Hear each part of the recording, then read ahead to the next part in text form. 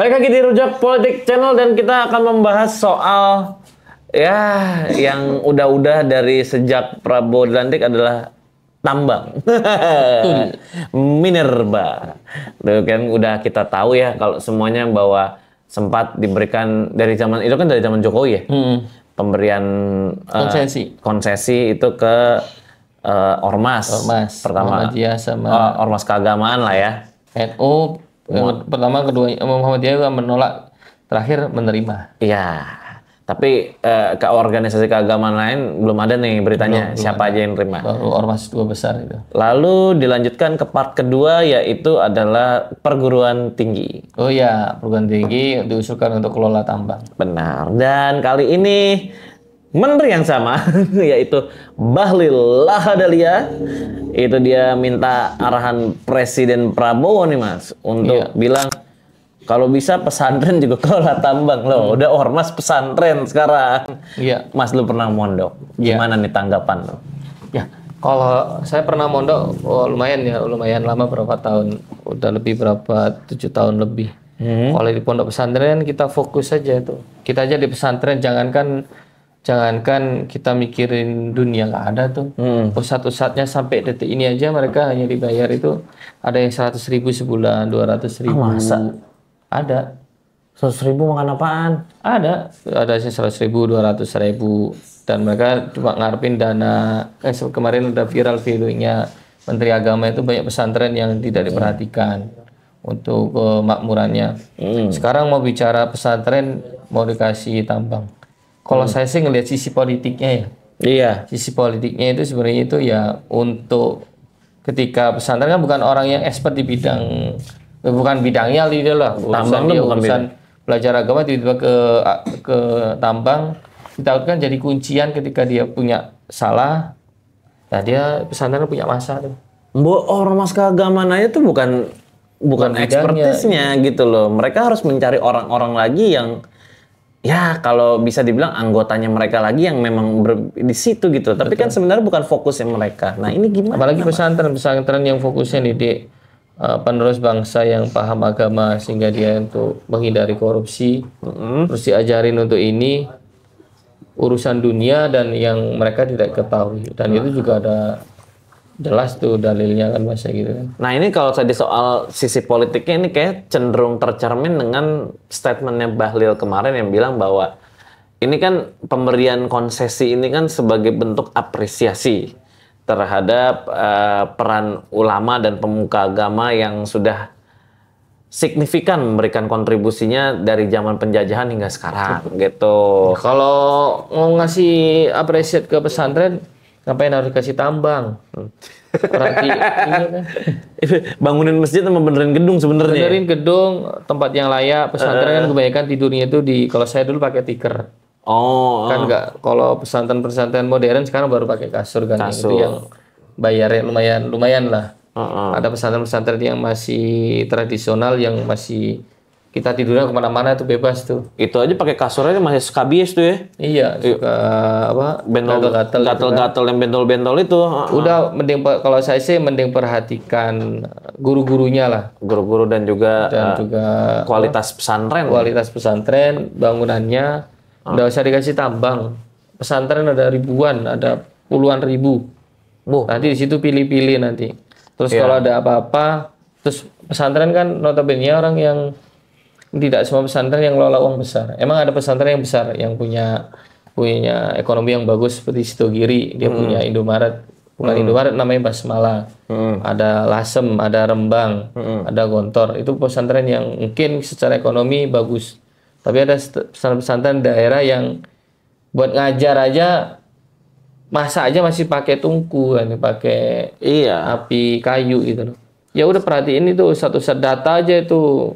Ustadz yang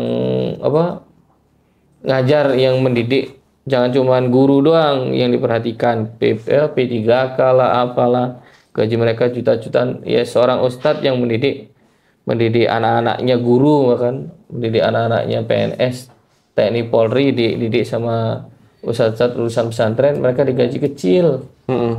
Kasihan itu loh. Kecuali pesantren yang berbayar mahal ya.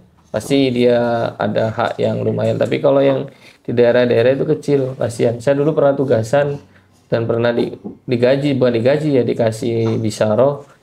Saya masih ingat 100.000 sama kadang dikasih beras, kadang dikasih ubi. Oh, banyakan hidup dari situ ya? Iya. Banyakan hidup dari sumbangan-sumbangan justru ya?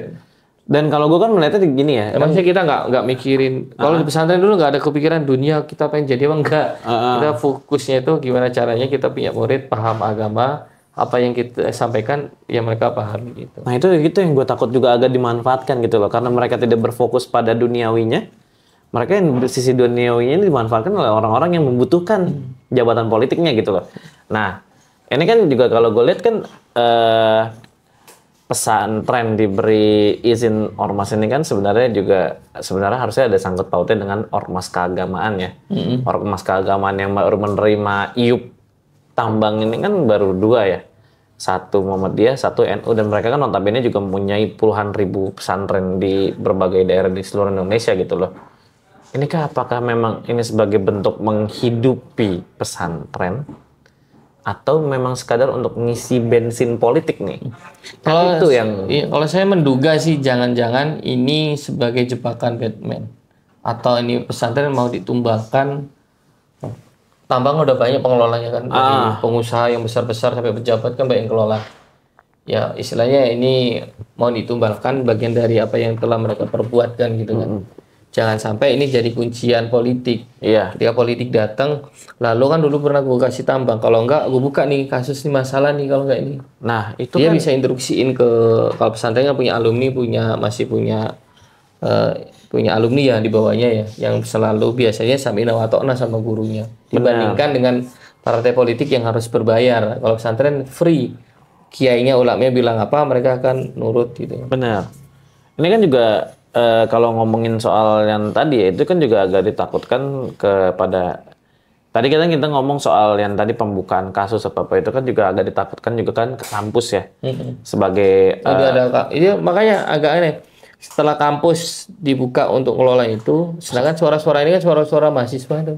Nah itu pesantren sekarang. Sekarang pesantren. Mahasiswa oke, selesai mau dikasih. Sekarang pesantren. Next apa? Next apa nih kayak gitu kan? Ibu-ibu fatayat. Nah, bisa jadi atau memang ternyata ormas-ormas masyarakat biasa juga lama-lama diberikan juga gitu. Itu kan juga kita nggak tahu ya. Dalam artian ini kan kalau gue pribadi ya ini ngeliatnya ini ada upaya pembungkaman sebenarnya. Tapi kita nggak tahu tindak jelasnya Bahlil ini maunya apa gitu dari sini. Apakah memang sekadar memang ingin memberikan karena apresiasi atau memang tapi kalau apresiasi kayaknya berlebihan karena ini nggak bidangnya dia loh. Bidang pesantren itu serius ya. Saya dulu di pesantren ada pesantren yang gratis. Buru-buru kiainya atau habibnya atau ulamanya mikirin akhirat. Mereka gimana caranya santri bisa belajar makan. Kadang saya punya guru nih. Sampai saya tahunya ketika beliau wafat itu masih punya hutang. Iya. Kisahnya agak miris sih. Ketika saya tanya sebelum waktu beliau hidup kan, ternyata untuk nutupin, karena pondoknya gratis. Ya. Untuk nutupin itu beliau pinjam, kadang-kadang beliau dapat dakwah, safari dakwah, uang ini buat bayar hutang bukan hutang riba ya, hutang sama orang. Sehingga buat kelancaran pesantren, beliau gali lubang tutup lubang. Ini konteksnya bukan hutang riba, emang hutang minjem aja untuk nutupin operasional pesantren.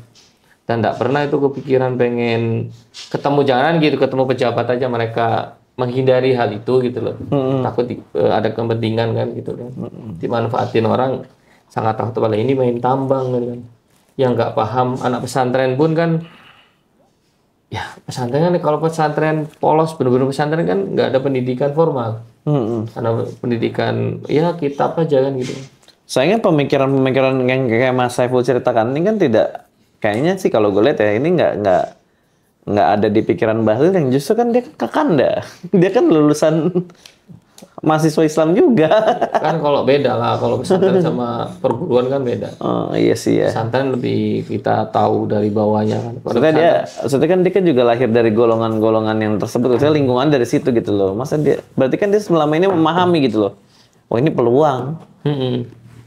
Ya kalau saya sih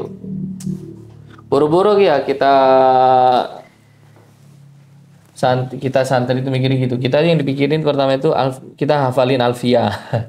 Alfiyah itu ada 1002 bait. Terus ada lagi itu Uqudul Juman ada 1005 bait. Ada di Jubat ada 1088.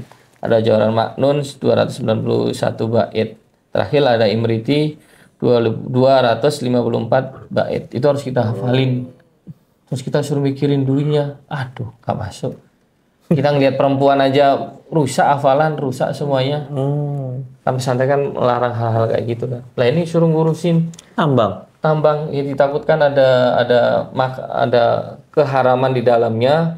Kita makan, santri makan jadi sebab santri ini susah hafalan, bisa jadi karena tercampur makanan haram itu jadi kita sulit untuk menerima ilmu agama Islam. Jadi istidroj ya. Jadi ngerusak bisa jadi ngerusak